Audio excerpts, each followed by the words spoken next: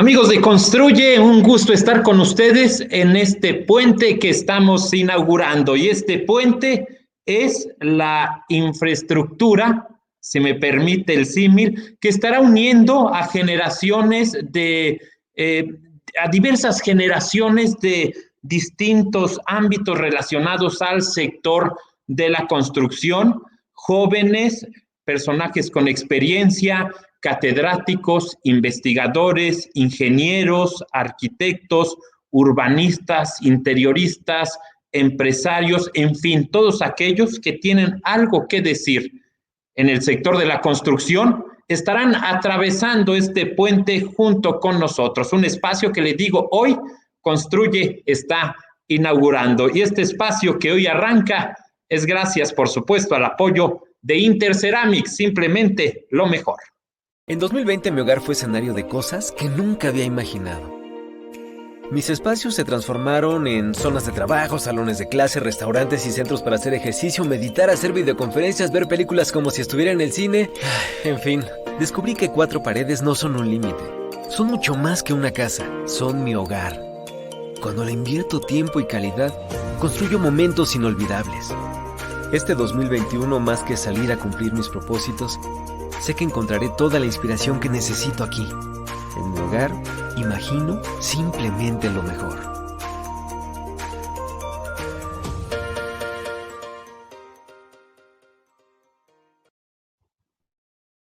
Muchísimas gracias a Interceramic por el apoyo para arrancar con este puente de Construye, y hoy arrancamos con un tema que me parece tiene gran relevancia y es precisamente la evolución de la vivienda y su entorno. Para hablar de este tema tenemos a 3 invitados especialistas en la materia. Me voy a permitir irlos presentando uno a uno y pues por supuesto platicarle un poquito de la trayectoria de los especialistas que hoy están con nosotros cruzando este puente. Arrancamos con el doctor Martín Andrade Muñoz. Es una breve, créame, breve reseña de su amplia trayectoria. El doctor Martín Andrade estudió arquitectura en la Universidad Nacional Autónoma de México, tiene una maestría en diseño urbano en la Universidad Autónoma de Aguascalientes. Nuevamente en la UNAM cursó el doctorado en arquitectura. En paralelo se ha especializado en el estudio de la cultura y las artes, habiendo cursado diferentes diplomados. En el ámbito académico ha sido profesor investigador de tiempo completo durante 40 años en la Universidad Autónoma de Aguascalientes en la carrera de arquitectura. Cientos, miles quizás de arquitectos en estos 40 años se han formado con el estilo, con el método del doctor Andrade. En el ámbito profesional trabajó en la Dirección de Planeación de Gobierno del Estado. Se desempeñó como proyectista. En 1979 fundó con Rafael González el despacho González y Andrade y durante 20 años desarrollaron más de 250 proyectos en 4 millones de metros cuadrados con inversiones que suman más de 150 millones de dólares. Ha sido merecedor de numerosos premios y reconocimientos. Su obra arquitectónica y académica ha sido publicada en libros y revistas nacionales y extranjeras. Actualmente reparte su tiempo entre la arquitectura, el arte y la docencia. Doctor Andrade, un gusto tenerlo. Muy buenas noches. Buenas noches. Buenas noches. Es un honor estar con ustedes. Muchísimas gracias. Nos acompaña también el doctor Rodrigo Franco Muñoz. Estudió la licenciatura en urbanismo en la Universidad Autónoma de Aguascalientes y posteriormente egresó pues con mención honorífica de la maestría en diseño urbano como parte de la generación 1995-1997. También en la Universidad Autónoma de Aguascalientes. Obtuvo el doctorado en Ciudad, Territorio y Patrimonio de la Universidad de Valladolid, España, con mención cum laude. En el Ayuntamiento de Aguascalientes fue director de Desarrollo Urbano y Ecología y director de Planeación Urbana. En su actividad docente ha sido profesor investigador de la Universidad Autónoma de Aguascalientes desde 1987 en las carreras de urbanismo y arquitectura. Sus investigaciones han dado pie a la publicación de libros y la generación de varios artículos. Doctor Rodrigo Franco, un gusto, muy buenas noches. Muchas gracias, buenas noches a todos, muchas gracias por la invitación y saludo a todos los panelistas. Muchas gracias. Muchísimas gracias, doctor. Y nos acompaña también el ingeniero Edgar García Zamarripa. Edgar García Zamarripa es ingeniero industrial y de sistemas, graduado del Instituto de Estudios Superiores de Monterrey, Campus Monterrey. Cuenta con una maestría en administración, concentración en finanzas y administración por la Escuela de Graduados en Administración y Dirección de Empresas, Campus Monterrey, y tiene una maestría también en finanzas por la Universidad de Texas. Es desarrollador de vivienda y director general de la empresa Casa Cómoda. En la Cámara Nacional de Desarrolladores y Promotores de Vivienda ha ocupado cargos como la vicepresidencia, la tesorería, es consejero nacional y fue también presidente de la delegación Aguascalientes. En el servicio público fue director general del Instituto de Vivienda Social y Ordenamiento de la Propiedad. Tiene experiencia como catedrático en el Instituto Tecnológico de Monterrey, Campus Aguascalientes. Ingeniero, muy buenas noches, bienvenido. Muchas gracias por la invitación y un gusto saludarlos a todos. Muchísimas gracias. Comenzamos entonces con este tema, la evolución de la vivienda y su entorno.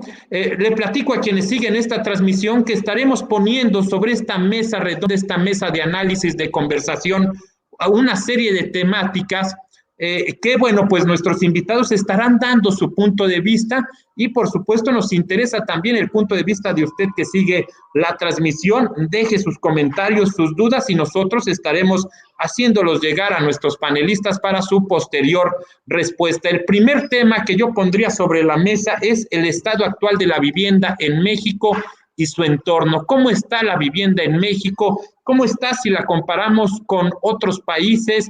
Quizás no del primer mundo, sino con realidades similares a las de nuestro país. ¿Estamos bien en el tema vivienda? ¿Estamos bien en entornos que generen desarrollo social?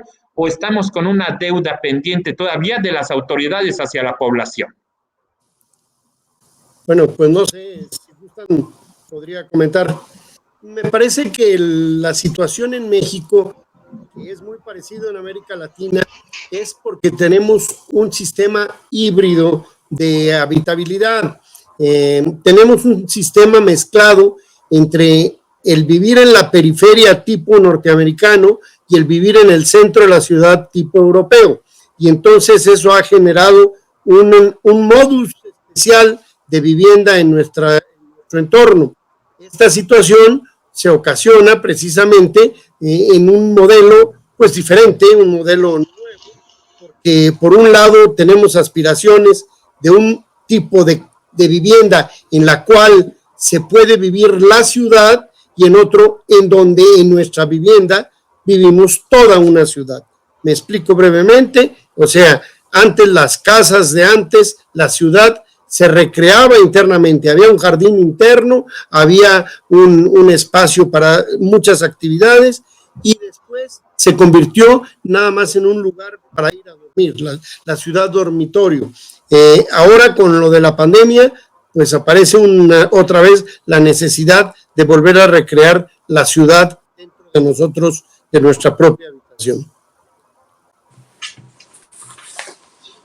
Desde mi punto de vista, históricamente se ha tenido que combatir un rezago habitacional histórico. Como bien dice Martín, algunas necesidades han sido dentro de la ciudad y otras necesidades han sido fuera de la ciudad.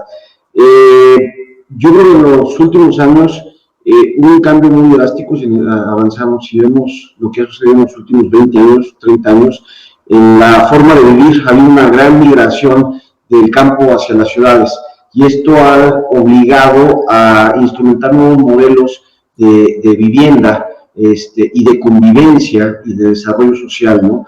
Lo que se busca al final del día es que una ciudad se logre un desarrollo sustentable, donde haya un balance entre lo ecológico, lo social y lo económico.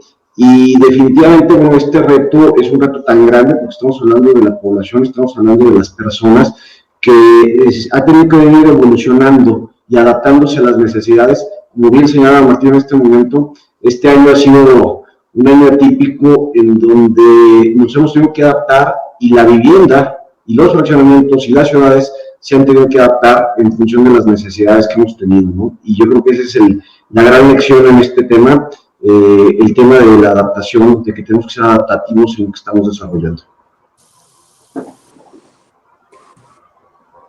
Sí, muy buenas.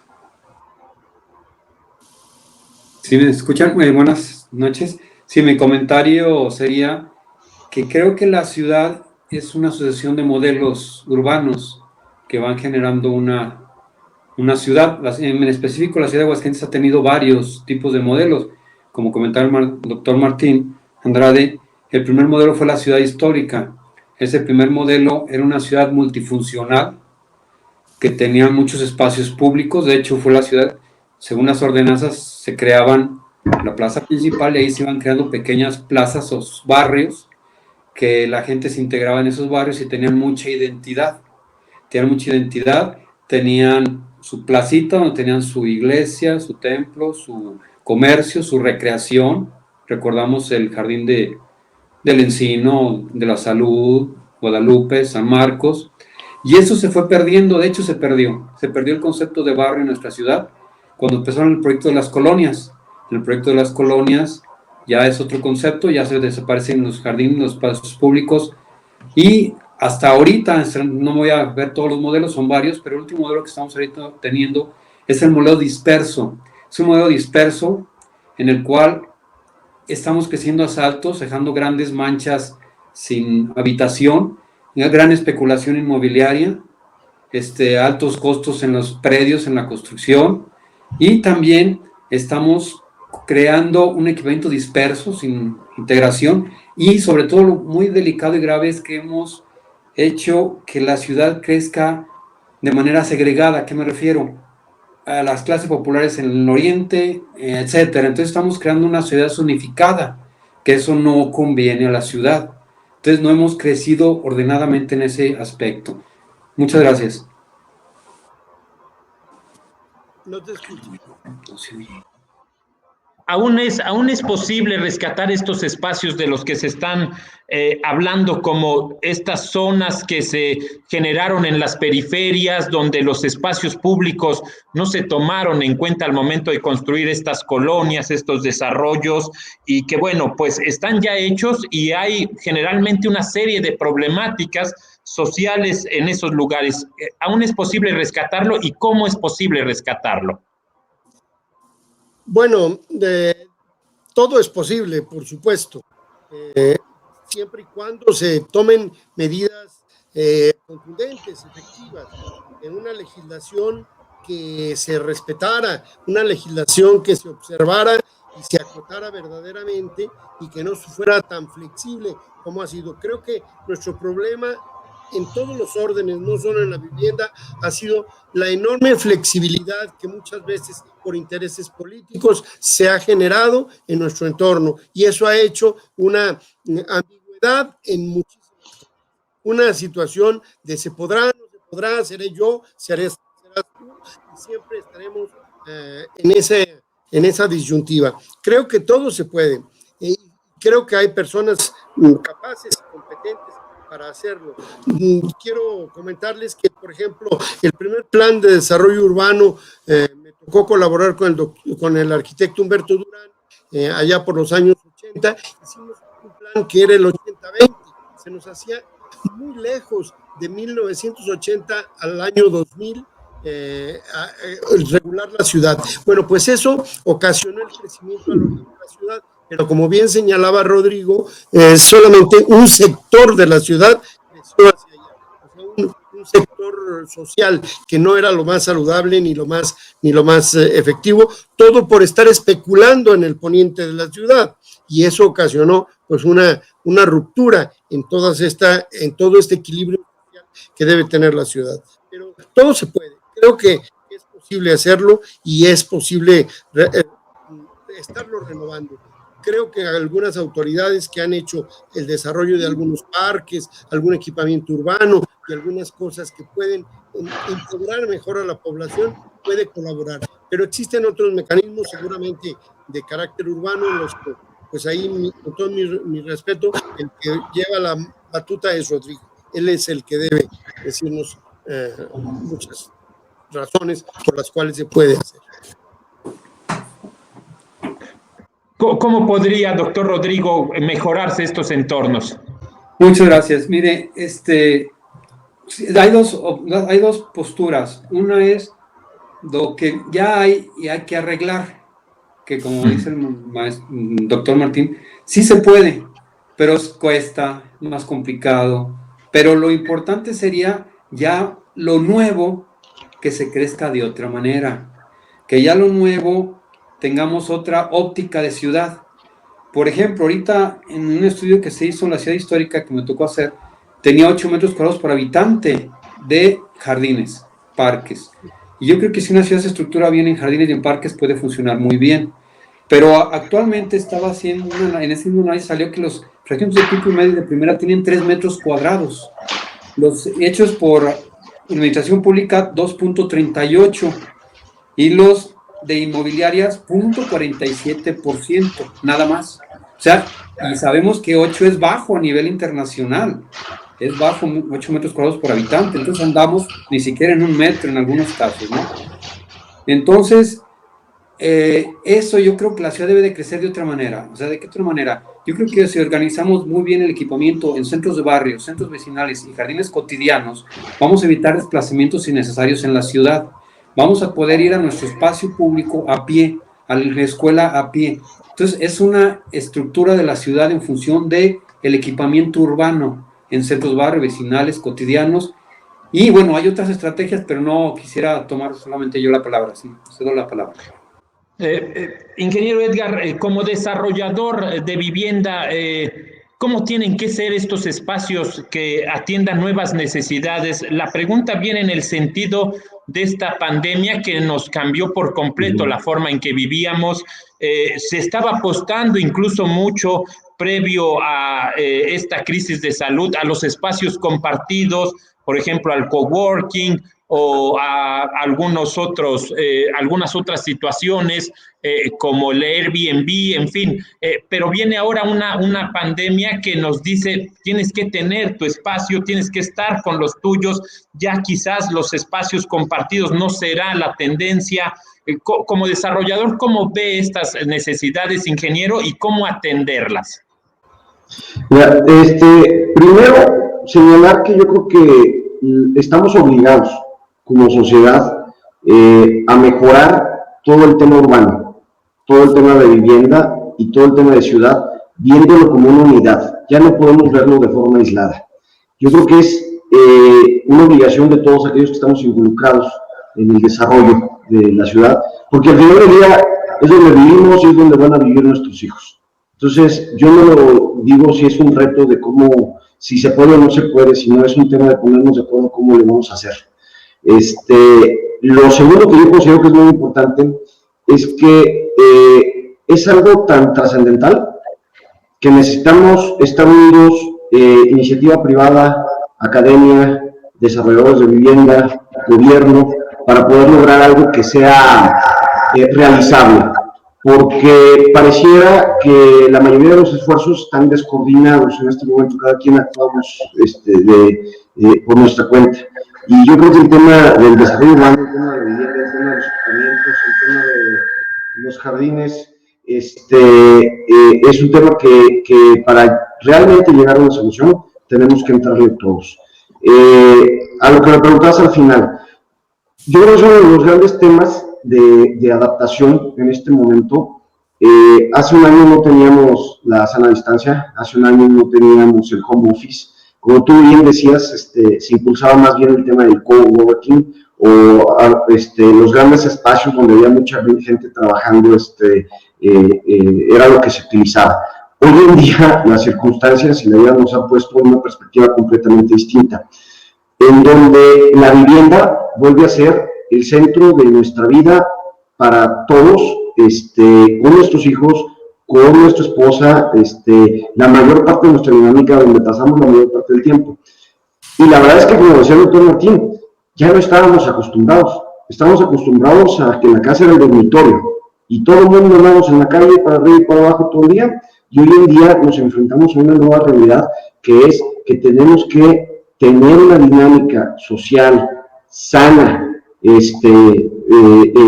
tanto física como emocionalmente, dentro de nuestra vivienda.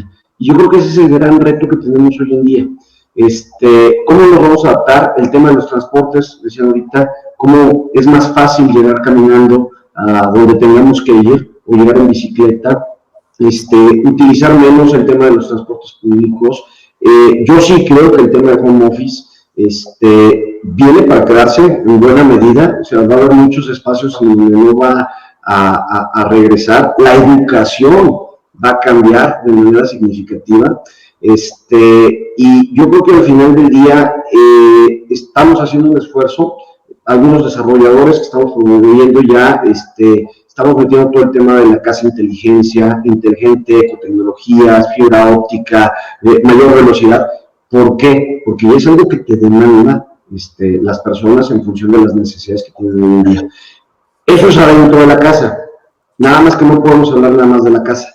Tenemos que hablar de todo el entorno, y dentro de todo el entorno tenemos que ver por la salud, tenemos que ver por el equipamiento, por el esparcimiento, y yo creo que esos nuevos modelos son muy importantes, y sobre todo por un tema de inclusión que yo creo que dejamos de lado con una planeación urbana que durante muchos años sí nos segregó, y yo creo que hoy día tenemos que modificar ese modelo. En ese esfuerzo colectivo que comentaba el ingeniero debe hacerse, donde todos, desde autoridades, desarrolladores, la sociedad en general tiene que participar. ¿Hay realmente la intención de hacerlo, por ejemplo, en las autoridades, por ejemplo, el tema legislativo en cuanto a desarrollo urbano, es acorde a las necesidades sociales? ¿O hay un rezago real en ese aspecto? ¿O hay un desinterés quizás de alguna autoridad? ¿Cómo perciben ese aspecto en este esfuerzo colectivo? ¿Se puede dar, se está dando o falta mucho? Bueno, yo coincido plenamente con lo que se ha expresado. Efectivamente, creo que hay un gran rezago, y ese rezago es la falta de coordinación. Efectivamente, cada sector ha estado trabajando por su cuenta. El sector académico se ha aislado muchísimo para idealizar una serie de cosas que luego en la práctica no son efectivas. El sector privado, el promotor inmobiliario, también lo ha hecho por su cuenta y se ha atenido a las reglas del juego que le permiten en ese momento trabajar. Por otro lado, el sector público o el político que toma decisiones y administra y reglamenta muchas cosas. Creo que sí, efectivamente, lo que falta es una coordinación. ¿Cómo hacerlo? Pues yo creo que es a través de las leyes. No se puede hacer de una manera nada más de buena voluntad, de buena fe, porque pues, todo se queda siempre en intenciones. Efectivamente, no hay modelos realmente totalmente eficientes. Me parece que a la fecha, dadas las circunstancias actuales, sobre todo con la problemática que estamos viviendo, el modelo que más podría acercarse a un satisfactor de habitabilidad, en todo caso ha sido el modelo norteamericano. O sea, el vivir en las afueras, donde hay mucha área verde, mucho campo, etcétera, porque la especulación urbana lo ha permitido de otra manera. Aquí no tenemos esas condiciones climáticas ni ambientales para poder aspirar a tener todo nuestra casa de campo viviendo en la ciudad. Y efectivamente, como bien lo señalaba Edgar, el trabajo en casa, el ejercicio en casa, la ciudad en casa, yo digo, es meter los servicios de la ciudad en casa, son hasta este momento lo que se vislumbra. Pero yo apuesto a otra cosa, apuesto a que vivimos un futuro incierto. Hace un año efectivamente no pensábamos ni siquiera soñábamos con lo que hemos establecido en este último año. ¿Qué vendrá? No lo sabemos. Creo que lo que sí tenemos que estar verdaderamente conscientes es que viene una nueva etapa en la humanidad, una nueva etapa en la que ya los modelos que tanto habíamos estudiado, los modelos que tanto habíamos planeado, los modelos que tanto habíamos ejecutado, desarrollado o construido, serán. Aguascalientes mismo estaba antes de la pandemia en un proceso de transición, un proceso, yo digo, de regresión. ¿Por qué? Porque si ustedes recuerdan, por allá por los años 50, 40, 50, 60, se empezaron a desarrollar los conjuntos multifamiliares y después se abandonaron por las unidades unifamiliares. Creo que el modelo unifamiliar va a mediano plazo a un fracaso absoluto. Absoluto. No es posible seguir desarrollando vivienda unifamiliar en las condiciones que se está desarrollando, porque es costosísimo en cuanto a infraestructura, es inconveniente en muchas cuestiones. Y ahorita, hace todavía unos meses, un poco antes de la pandemia, empezaron a proliferar los pequeños edificios de 4 niveles, de 3 niveles, en algunas zonas habitacionales, que por cierto eran unifamiliares, sin las condiciones mínimas necesarias para poder considerarse tales. Se le han autorizado indebidamente esos condominios sin tener áreas verdes, sin tener equipamiento de ninguna especie, ni siquiera los cajones de estacionamiento suficientes. Y se han autorizado. ¿Por qué? Porque siempre existe esa ambigüedad entre se puede o no se puede. Y creo que eso es algo gravísimo que nos ha llevado a la ruina, tanto a los promotores de vivienda, porque tampoco saben las reglas del juego. Su trabajo es promover la vivienda, su trabajo es hacerlo dentro de las reglas que se establecen. Pero si de pronto abren la puerta y a uno le dan permiso, ¿por qué a mí no? Y entonces yo también quiero, ¿y por qué a ti sí? ¿Y cómo le hizo fulano? ¿Cómo le hizo perengano? Y creo que eso ha pervertido muchísimas cosas, y esa es una circunstancia que no puede seguir prevaleciendo. No es saludable para nadie, y no es de Aguascalientes.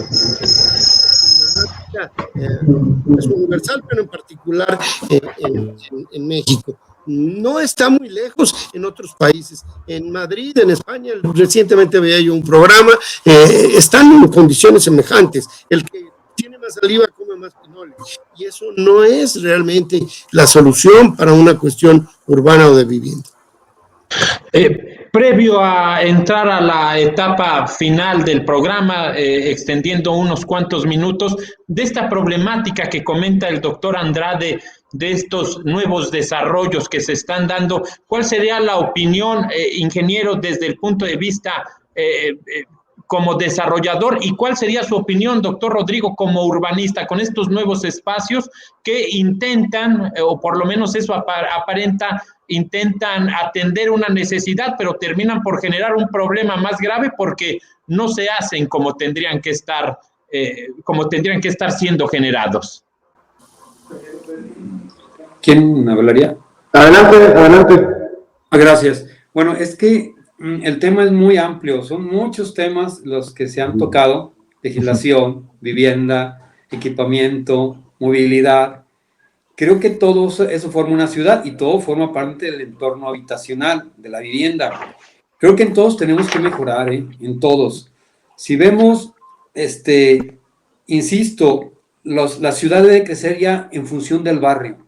El barrio evita mucha problemática, evita que tenga que ir yo a llevar a mi hijo del otro lado de la ciudad. O sea, evita traer recorridos innecesarios. Puede ser que yo vaya a pie a mi escuela, a mi deporte, y nada más, claro, el subcentro urbano o del sector, ese ya tendrá un comercio más especializado, unos servicios más especializados. Y eso permitirá también mejor la movilidad. Nos ahorraríamos muchos traslados de un lado hacia otro de la ciudad. Ahorita no se notan tanto las escuelas, pero cuando entran a las escuelas, la ciudad es un caos. Es un caos. Entonces, insisto, se debe trabajar de esa manera. Y aparte, tenemos otro riesgo muy fuerte, que estamos dejando de crear ciudad. Ahorita con los condominios, las cerradas, sobre todo las cerradas, pues estamos generando grandes bardas en el que a mí no se me antoja caminar. O sea, yo voy por acá en el norte de la ciudad y veo cerrada tras cerrada, y el espacio público desaparece. Yo no puedo entrar a una cerrada a meterme a su parque, no me van a dejar. Entonces, el área de donación está desapareciendo. La donación desaparece porque se hace el interno de los condominios. Entonces, ya es casi como privado de esa zona. Entonces, ¿dónde van a poner las escuelas? O sea, sobre todo las públicas. ¿Dónde va a ir la iglesia? ¿Dónde va a ir el hospital? No hay lugar donde hacerlo. Entonces, cualquier tema que toquemos va a tener un problema. Si tocamos la legislación, pues los programas de desarrollo urbano, se han hecho estudios en la universidad en que se han respetado un 5%, o sea, todos sus objetivos, metas, estrategias, si revisamos programa por programa desde el 80, el del 94, el del 2000, el 2030, etcétera, revisamos estrategia, objetivo, meta, y vemos cuál se cumplió y cuál no se cumplió, nos vamos a dar cuenta que prácticamente es muy poco el porcentaje de lo que se ha cumplido. Es muy poco. Decía muy bien el arquitecto Martín Andrade en el primer programa del 80, que estuvo dirigiendo el maestro Durán. Él proponía ya esos centros de barrio, proponía una estructura vial muy interesante que no se respetó en su totalidad. No se respetó. Y entonces, primero tenemos que hacer que la gente conozca los programas de desarrollo urbano para que los defienda. O sea, que la gente los conozca, se interiorice, sepa para dónde va a crecer la ciudad, qué estrategias hay, porque no sabemos qué se está proponiendo, no sabemos qué es la idea de ciudad que se tiene, no la conocemos, no se publica, sería bueno que se pusiera en la radio, en la televisión, etcétera, y que la gente conociera cómo debemos de crecer, cuál es la idea de que debemos de crecer de la ciudad. Entonces, en la legislación, pues nosotros sabemos que el código urbano, la ley de fraccionamientos, pues la norma genera diseño. Ahí nos dicen que las calles deben de ser de 12 metros, la banqueta de 1 metro, etcétera, etcétera. Entonces, yo creo que se debe ser muy bien pensada también esa legislación en función de estudios de la población, etcétera, y sí se tendrían que hacer adecuaciones también al código urbano. Entonces, cualquier tema que tomemos, movilidad, pues no, ¿dónde puedo circular en bicicleta? No puedo, sería lo deseable. Si hubiera cómo andar en bicicleta, pues yo andaría. Entonces, bueno, no quiero extenderme más, pero podía hablar de todos los temas y largo y tendido. Pero ahorita también decir que estoy totalmente de acuerdo en lo que ha dicho el doctor Martín Andrade y el ingeniero García Zamarripa en todos los demás temas. Esta es cuestión de toda la sociedad ponernos de acuerdo y trabajar en conjunto. Ingeniero, ¿cuál sería su visión como desarrollador? Mira, desde mi punto de vista, y lo primero que comparto son muchísimos temas. Aquí podríamos durar hablando durante varias horas o días, tratando de arreglar en lo que estamos involucrados, ¿no? Lo primero que participo, que decía Martín, y yo creo que tiene toda la razón, es todo parte de la regla, de la norma. Llámese el libro sexto del Código Municipal, llámese el Código Urbano, llámese Plan de Desarrollo, etcétera. Y efectivamente, todos, autoridades, iniciativa privada, todos nos tenemos que sujetar a lo que la norma dice en ese momento. Y construimos en función de lo que la norma dice en ese momento. El tema es, a mi criterio, que muchas veces, te voy a dar un ejemplo, el libro sexto del Código Municipal no se ha modificado en hace más de 10 años. Cuando los problemas de hace 10 años no son los problemas de hoy en día, y las necesidades de hace 10 años no son las necesidades de hoy en día. El Código de Desarrollo Urbano, o sea, salió hace aproximadamente 8 años, tuvo una pequeña modificación que fue de ajustes, pero yo creo que tenemos que entender que la ciudad es un ente vivo, y la ciudad, al ser un ente vivo, necesita una normatividad viva, necesita una normatividad que continuamente se pueda estar adaptando a las necesidades actuales que está demandando la ciudad. Y ese yo creo que es el gran reto que tenemos. Hoy en día, modificar la normatividad es un calvario, y por eso muchas veces se deja de hacer, porque se burocratiza, tiene que entrar al Congreso, tiene que ser aprobado por no sé cuántas instancias. Total, es sumamente complicado poder llevar esa normatividad. Lo primero que necesitamos hacer es crear un mecanismo donde sea adaptativa esta normatividad a las necesidades de la ciudad para resolver los problemas actuales y no los problemas de hace 10 años. En segundo lugar, y es un aspecto que no hemos tocado, pero es un aspecto que a nosotros nos toca vivir muy, muy de cerca, ¿no? Al final del día, hablábamos de que el desarrollo sustentable tiene el factor social, el económico y el ambiental. El económico es un tema que nosotros vivimos muy de cerca.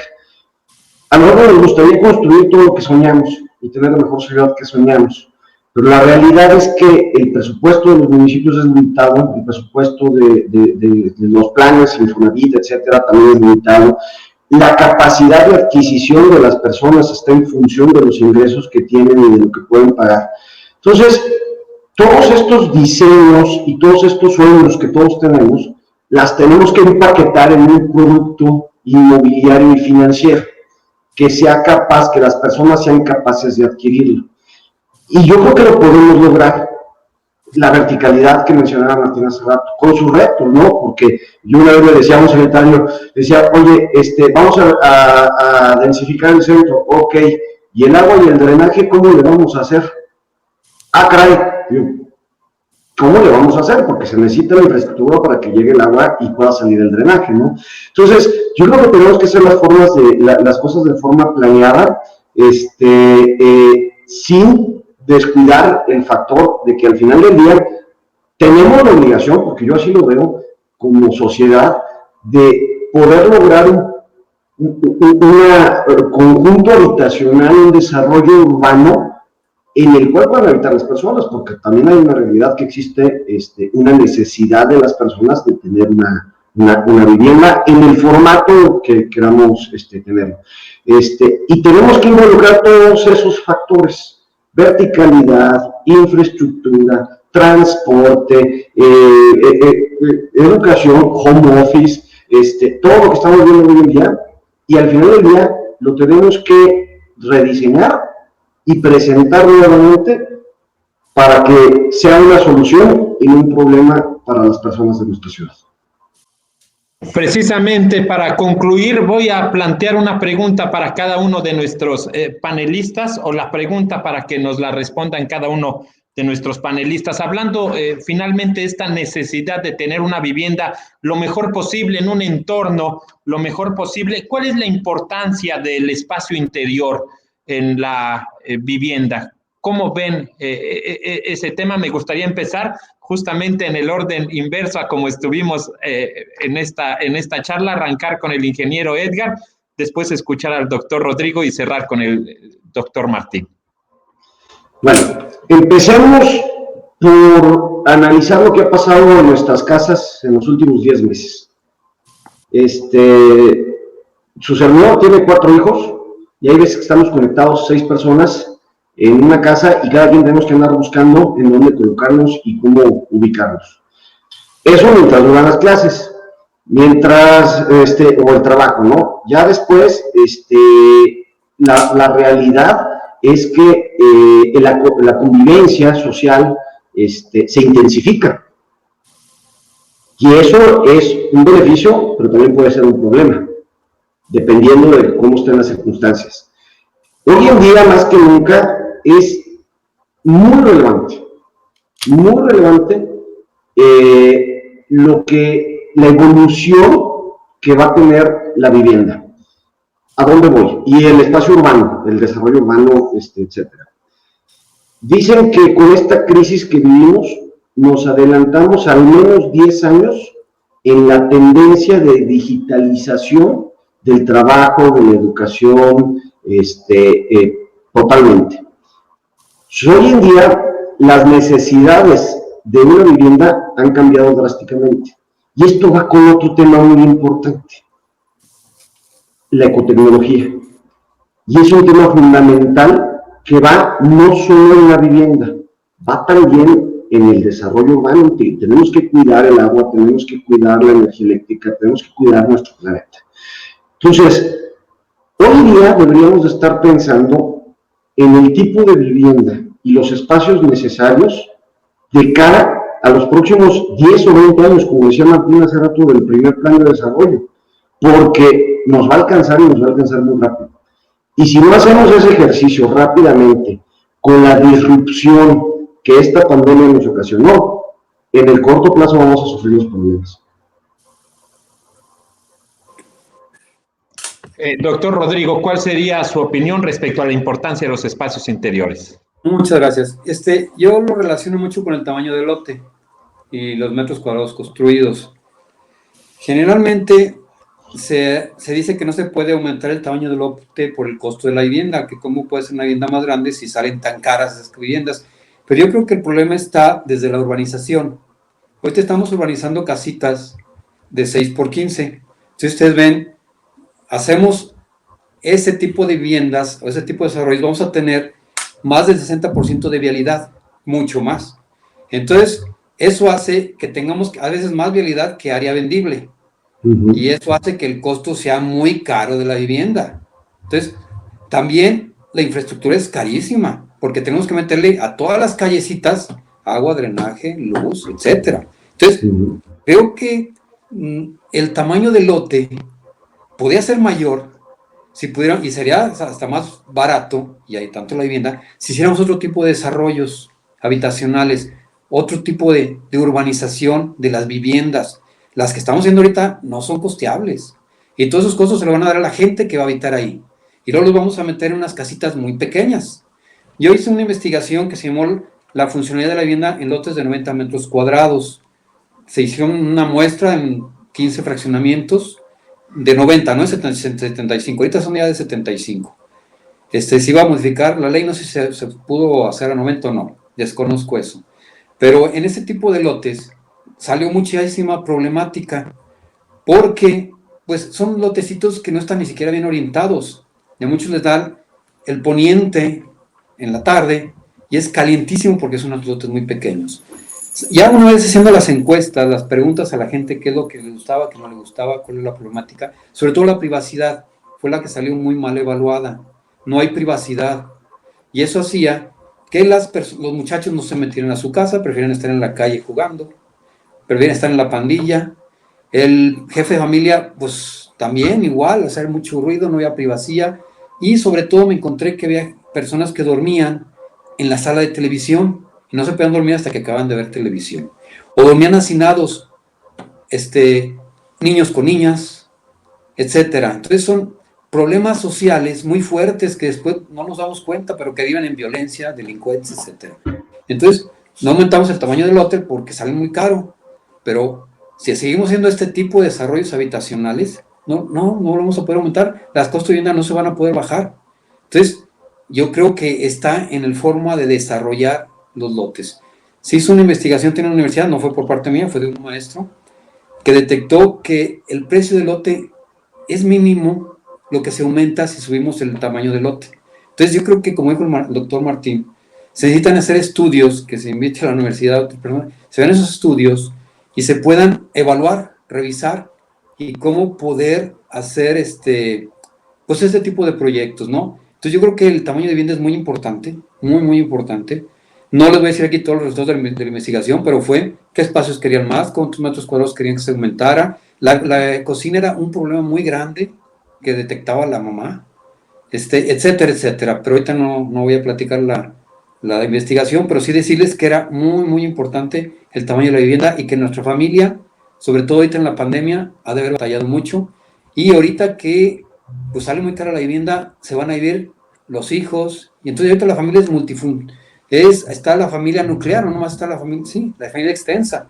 Está a veces el abuelito, la abuelita, en esos tipos de casitas tan pequeñas del oriente. Y bueno, pues ese sería mi comentario sobre el tamaño de la vivienda, que creo que sí se puede aumentar el tamaño del lote, o hacer viviendas multifamiliares. En Europa sí son, y funcionan muy bien, pero el espacio público es de primera calidad. Son 20 metros cuadrados por habitante, 30, no como aquí, 0.45. Entonces, esos metros cuadrados, bueno, pues yo tengo mi casita chiquita, pero bajo, y hay una vida social muy fuerte en esos patios. La gente sale en las tardes a caminar, etcétera. Podría hacerse ese tipo de viviendas, claro, con otro tipo de desarrollos habitacionales y pensando en ello. Muchas gracias. Gracias, doctor. Sí, adelante, claro. Reforzar el punto de Rodrigo. Nada más para que nos demos una idea, en un fraccionamiento habitacional popular, de que estás hablando específicamente, el 50%, sin afectaciones, el 50% de la superficie es vendible, el 15% es área de donación y el 35% son vialidades. Yo muchas veces he cuestionado a las autoridades que si estamos designando los fraccionamientos en función de los carros o de las personas. Impresionante la cantidad y el dato que nos revelan tanto el ingeniero como el doctor, ¿no? O sea, una ciudad que parece está siendo planeada más para los vehículos que para las personas. Doctor Martín, su comentario respecto a la importancia del espacio interior.